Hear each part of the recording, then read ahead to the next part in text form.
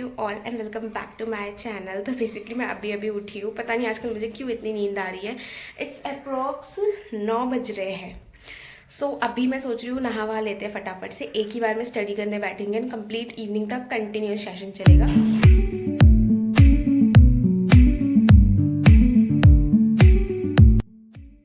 Okay so नहाना हो चुका है, अभी बस कपड़े डालने रह रहे हैं, वो डाल के आते हैं एंड देन एक प्रॉपर बड़ा स्टडी सेशन स्टार्ट करेंगे।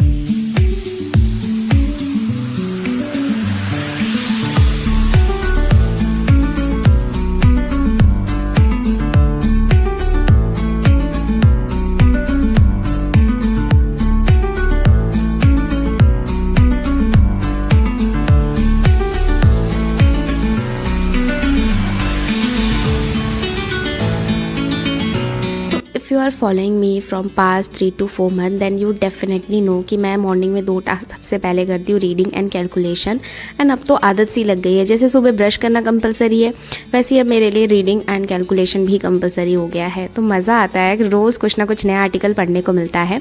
इसके स्कोर, ये आर्टिकल, ये सब कुछ मैंने अपने टेलीग्राम चैनल पर सेंड कर देती हूँ अर्ली मॉर्निंग ही, अगर मैं जल्दी उठ गई तो आप लोग वहाँ से देख सकते हैं। कई बार पूछा जाता है मैं क्विज़ कहाँ से दे रही हूँ, तो इंग्लिश माध्यम ऐप है, वहीं पे ना इसी आर्टिकल के क्विज़ और एक्स्ट्रा क्वेश्चन के साथ एक पूरा सेक्शनल टेस्ट होता है, तो वहाँ से मैं देती हूँ। आज मेरे स्कोर 37.5 आए, जबकि मेरे ग्रुप में मतलब हम 40-50 बच्चे एक साथ देते हैं, उनके सबके 40+ आए। पता नहीं मेरा क्यों इतना ख़राब चला गया आज, बहुत मतलब लेट उठी तो शायद दिमाग काम नहीं कर रहा है। इतनी सारी पता नहीं गलती कर दी मैंने। एक जगह एंटोनियम पूछा था, मैं सिनोनियम लगा देती हूँ, पता नहीं कहाँ रहता है दिमाग मेरा आजकल। So basically if you are preparing for SSC JEE exam then I know उसका सिलेबस बहुत ही ज़्यादा होता है, और उसी के साथ अगर हम खुद के नोट बनाएं या फिर तो PDF या फिर स्क्रीनशॉट को कहाँ तक हम संभालते फिरेंगे। तो इसीलिए टॉपर नोट्स आप सबके लेके आए, एक proper topic wise divided notes है जिसमें आपको कुछ प्रीवियस ईयर क्वेश्चन भी मिल जाते हैं। ऐसे डिटेल में समझ नहीं आएगा, चलते हैं बुक की तरफ एंड जहाँ पे जाके देखते हैं डिटेल में कि किस तरह की चीज़ें टॉपर नोट्स आपको प्रोवाइड कर रहा है। तो मैं ये सारी बुक्स ले आई हूँ अपने पास। एक्चुअली ये SSC JEE की मैकेनिकल इंजीनियरिंग वाली बुक है, इसका वॉल्यूम 1 है अभी मेरे पास, थ्योरी ऑफ मशीन, TOM बोलते हैं जिसको शॉर्ट फॉर्म में। सो बेसिकली क्या है ना कि ये 10 वॉल्यूम वाली टोटल सेट होता है, तो इसको डिटेल में समझने के लिए हम बुक के पास डिटेल से जाते हैं। तो जो मेरे पास अभी बुक है ना, ये मैकेनिकल इंजीनियरिंग के लिए है। तो बेसिकली इसमें ना टोटल 10 वॉल्यूम्स होते हैं और हर एक ना टॉपिक वाइज डिवाइड किया गया है बुक्स को, एज यू कैन सी यहाँ पे। तो डिटेल में समझने के लिए ना हम किसी एक बुक को अंदर से देखते हैं। तो हम चलते हैं इंडस्ट्रियल इंजीनियरिंग बुक की तरफ। तो सबसे पहले आपको मिलेगा टेबल ऑफ कंटेंट, फिर आपको ना चीज़ें थ्योरी से स्टार्ट होगी।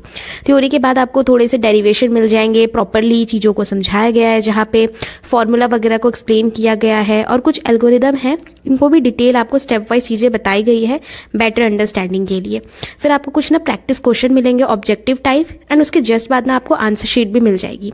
अब थोड़े से क्वेश्चन से तो कुछ होगा नहीं, तो एक्स्ट्रा प्रैक्टिस के लिए यहाँ पे कई आपको प्रैक्टिस शीट्स भी मिलने वाली है। तो बेहतर बुक है अगर आप SSC JEE के लिए प्रिपेयर कर रहे हैं।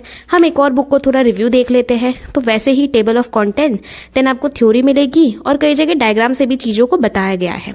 तो आप इन बुक्स का एक बार डिस्क्रिप्शन में लिंक चेक कर सकते हैं, आपकी पूरी जर्नी में सबसे ज़्यादा हेल्पफुल रहने वाली है, क्योंकि नोट्स रहेगा ना तो आपका काम सिर्फ रहेगा पढ़ने का। इसके अंदर मैं चली जाती हूँ कैलकुलेशन करने के लिए। फिर अगेन कैलकुलेशन के लिए आप लोग टेलीग्राम चैनल पूछते हैं, तो मैं आप लोगों को बता देती हूँ कि टेलीग्राम पे ना SSC CGL कैलकुलेशन करके सर्च करना, उसमें रोज़ ना 5-6 क्वेश्चन आ जाते हैं।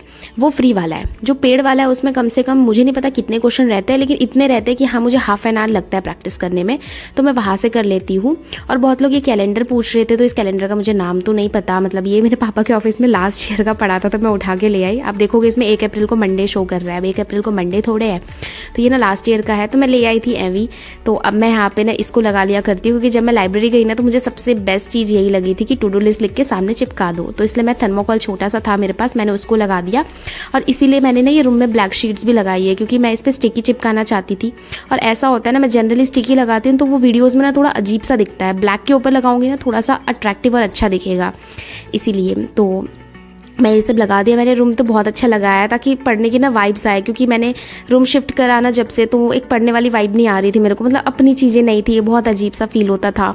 तो दैट्स वाई मैंने अपना रूम थोड़ा सा डेकोरेट वगैरह किया, थोड़ा सा पढ़ने का मन करे, और लिटरली अब कर रहा है पढ़ने का मन। तो उसके बाद मेरे सेशन हो गए वोकैबलरी, रीडिंग एंड कैलकुलेशन वगैरह। इसके बाद मैंने ना कंप्यूटर के जितने भी JCA में प्रीवियस ईयर क्वेश्चन पेपर आए थे, ये मैंने प्रिंट आउट करा रखा है। इसकी स्ट्रैटेजी मैंने डिटेल इस वीडियो में शेयर की, आप लोग देख सकते हैं। बताइए कि जो क्या करता है, इन्वेंशन जो हमने की उसको देखता है, पेटेंट को देखता है, तो इन सब चीज़ों को देखने वाला जो होता है ना, वो होता है इंटेलेक्चुअल प्रॉपर्टी। तो ये ना कंप्यूटर के जो 100 क्वेश्चन मैंने पूरे प्रैक्टिस करे थे अच्छे से, उन सबको मैं एक बार रिविजन कर लेती हूँ, और अब इतना ही करूँगी। इसके बाद फिर लास्ट में एक बार एग्जाम से 1-2 दिन पहले रिविजन कर लूँगी। और उस बीच थोड़ा थोड़ा सोच रही हूँ कि MS ऑफिस ना बहुत अच्छे से करूँगी। मैंने यूट्यूब पर एक प्लेलिस्ट देख रखी है, वहाँ से करूँगी, देखेंगे कैसे करना है। तो अभी तो फिलहाल मैं इसको फटाफट से रिविजन कर लेती हूँ।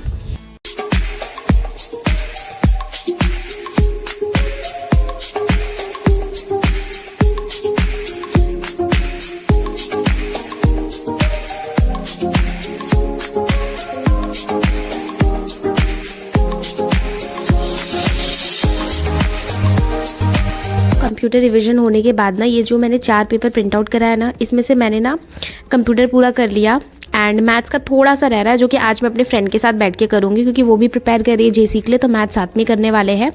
एंड अभी मैं करने जा रही हूँ GK। इंग्लिश का तो मैं डेली एक एक करती हूँ, इंग्लिश पता नहीं मुझे बहुत ज़्यादा हैवी लग रहा है, इसमें बहुत ज़्यादा हैवी। तो GK के लिए मैं क्या कर रही हूँ कि विनय कक्षा चैनल है, आप लोग जानते होंगे ना, यहाँ पे इंग्लिश की भी मैं क्लासेस ले रही हूँ। जैसे जैसे सर अपलोड करते जाएंगे वैसे वैसे मैं करती जाऊँगी, और यहाँ पे GK की भी 2 क्लासेस अपलोड हो चुकी है। तो मैंने यही से करती हूँ, और जो भी एक्स्ट्रा इन्फॉर्मेशन मैम बताती है उनको मैं नोट डाउन भी कर लेती हूँ साथ में। और इसी के साथ ना मैंने मॉक टेस्ट बुक का तो मैं दे ही रही थी, बट मुझे ऐसा लगा इसमें काफ़ी कम टेस्ट है, तो इसलिए मैंने ना विनय कक्षा का भी ये मैंने टेस्ट परचेज कर लिया। यहाँ से भी अब मैं मॉक वगैरह लगाऊंगी। तो अगर आप लोग भी ना JCA सुप्रीम कोर्ट की प्रिपरेशन कर रहे हैं तो विनय कक्षा चैनल पे जा सकते हैं, आपको काफ़ी सारे इन्फॉर्मेशन वहाँ पे मिलने वाली है, और क्लासेस तो वहाँ पे रेगुलरली हो ही रही है। एंड आई एम वेटिंग कि सर इंग्लिश की क्लासेस जल्दी जल्दी और बहुत सारी चीज़ें सर इंग्लिश की लेके आए।